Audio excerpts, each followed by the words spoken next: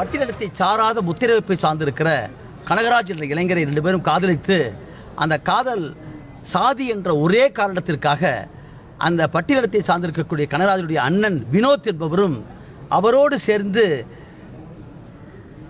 கந்தவேல், ஐயப்பன், சின்ராஜ் ஆகிய 3 பேரும் சைத்திட்டம் தீட்டி ஏற்கனவே ஓராண்டு காலமாக அவர் காதலித்து வந்தவர்கள் அவர்களை எச்சரித்து மிரட்டியும் கூட அதற்கு பின்னால் இந்த வழக்கில் 25/6/2019 மாலை 4 மணிக்கு சைத்திட்டம் தீட்டிவிட்டு 5:30 மணிக்கு அங்கே மட்டசாலை என்ற பகுதியில் தன்னுடைய மகளும் கனகராஜும் வந்திருக்கிறாள் என்று தெரிந்து அமுதா அங்கு போய் பார்த்து கொண்டிருக்கிற போது இந்த வழக்கில் தண்டிக்கப்பட்டிருக்கிற வினோத் என்று சொல்லக்கூடிய கனகராஜுடைய அண்ணன் திட்டமிட்டே ஆயுதத்தோடு ஒரு கொடிய அருவாரோடு அங்கு சென்று அத்துமீறி வீட்டுக்குள்ளே நுழைந்து தன்னுடைய தம்பியை பார்த்து, நீ எப்படி இப்படி ஒரு தாழ்த்தப்பட்ட வகுப்பை சார்ந்தவர்களை திருமணம் செய்யலாம், எனக்கு எப்படி திருமணம் ஆகும் என்று சொல்லி ஏற்கனவே நீ சொன்னேன் கேட்கும் என்று சொல்லி அவர் கடூரமாக தாட்டியிருக்கிறார்.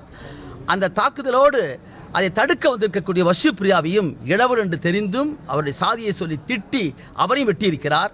அந்த தினத்திலேயே கனகராஜ் அந்த இடத்திலே மேட்டுப்பாளையம் மருத்துவமனைக்கு கொண்டு செல்கிற போதே இறந்து விட்டார். வர்ஷிப்பிரியாவை கொடிய காயத்தோடு அவர் கோவை அரசு மருத்துவமனைக்கு கொண்டு வந்து அங்கே 2 நாட்களுக்கு பிறகு இறந்து போனார். இந்த வழக்கிலே பாதியாக இருக்கக்கூடிய அமுதாவுடைய புகாரின் பேரில் தான் மேட்டுப்பாளையம் அங்கே இருக்கக்கூடிய காவல்துறை வன்கொடுமை தடுப்பு சட்டத்தில் 2 பேர் கொலையாக இருக்கிற காரணத்தினால் இந்த வழக்கை மாவட்ட காவல்துறை துணை கண்காணிப்பாளர் என்ற முறையில் அவர்தான் இந்த வழக்கை புலனாய்வு விசாரிக்க எடுத்துக்கொண்டார். அப்படி எடுத்து விசாரிக்கிற போதே சைத்திட்டம் தீட்டிருக்கிற விவரத்தையும் கூட நேரிலே பார்த்தவர்களை பற்றி தெரிந்து கொண்டு சாட்சியாக போட்டார்கள். இந்த வழக்கை ஒரு சரித்திரபூர்வமான ஒரு வழக்காக இந்த வழக்கு இன்றைக்கு இந்த கோவை மாவட்டத்தில் சிறப்பு அமர்வு நீதிமன்றம் அது வன்கொடுமை தடுப்பு சட்டத்தின் கீழ் ஒவ்வொரு மாவட்டத்திலையும் இதற்கென்று எக்ஸ்க்ளூசிவ் ஸ்பெஷல் கோர்ட் வேண்டும் என்று சொல்லியிருக்கிறார்கள். அந்த அடிப்படையில் தான் இந்த வழக்கு தொடர்ந்து நடந்து கொண்டிருக்கிற போதே நிறுவப்பட்டு அந்த வழக்கில் தற்போது இருக்கக்கூடிய மாண்புமிகு சிறப்பு நடுவர் அவர்கள் விவேகானந்தா அவர்கள் இந்த வழக்கை விசாரித்து தீர்ப்பினை ஏற்கனவே 4 பேரையும் வினோத் உட்பட சதி என்பது இதில் நிரூபிக்கப்படவில்லை என்று சொல்லி அவர்கள் விடுதலை செய்து விட்டார்கள். ஆனால் வினோத்தை பொறுத்தவரை அவர் இதில் குற்றவாளி என்று சொல்லி 448 இந்திய தண்டனை சட்டத்தின்படி கிரிமினல் ட்ரெஸ்பாஸ் வீட்டுக்குள் தூந்து அத்துமீறி புகுவது, அதே போல் 2 பேரையும் வெட்டி அருவாளால் கொண்டிருக்கிற காரணத்தினால் 302, அதே போல் வன்கொடுமை தடுப்பு சட்டத்துடைய 325 என்ற முறையில் அந்த பிரிவின் கீழ் குற்றவாளி என்று சொல்லி அவர் நிரூபித்தார். அது மட்டுமல்ல,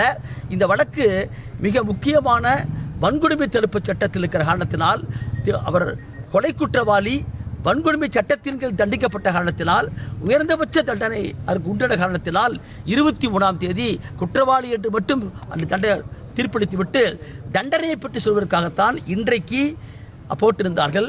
சட்டப்படி 235 உபப்பிரிவு 2 படி சிஆர்பிசியின் படி இப்பொழுது இருக்கிற பிஎன்எஸ்எஸ் 758 படி ஒரு உச்சபட்ச தண்டனை கொடுக்கிற போது பாதிக்கப்பட்டவரையும் கேட்க வேண்டும், குற்றவாளியும் கேட்க வேண்டும், சிறப்பு வழக்கரையும் கேட்க வேண்டும். அந்த அடிப்படையில் காலையிலே இந்த வழக்கில் 3 தரப்பாரையும் அவர் இன்றைக்கு கேட்டார்கள். அப்படி கேட்கிற போது பாதிக்கப்பட்டிருக்கிற வசுப்பிரியாவுடைய தாயார் தன் மகளுக்கு ஏற்பட்டிருக்கிற ஒரு இளம் பெண், அதுவும் மைண்டராக இருக்கக்கூடிய பெண்ணையும் அவருடைய காதலையும் கொட்டிய அவரை கொடூரமாக வெட்டிய காரணத்தினால் அதற்கு அதிகபட்ச தண்டனை என்று கேட்டார்கள். அதே போல் இந்த வழக்கில் குற்றவாளிக்கு ஆஜராக இருக்கக்கூடிய வழக்கறிஞரையும் கேட்டார்கள். அவர்களை பொறுத்தவரை இது அரிதிலும் அரிதான வழக்காக வரவில்லை, சைத்திட்டம் விடுதலை செய்யப்பட்டு விட்டது. ஆகவே அதற்காக இதில் திடீரென்று அவர்கள் போய் தன்னுடைய தம்பியை கேட்பதற்காகத்தான் போய்க்கிறார். ஆகவே இந்த வழக்கு உச்சபட்ச தண்டனை கூடாது என்று சொல்லி வாதிட்டார்.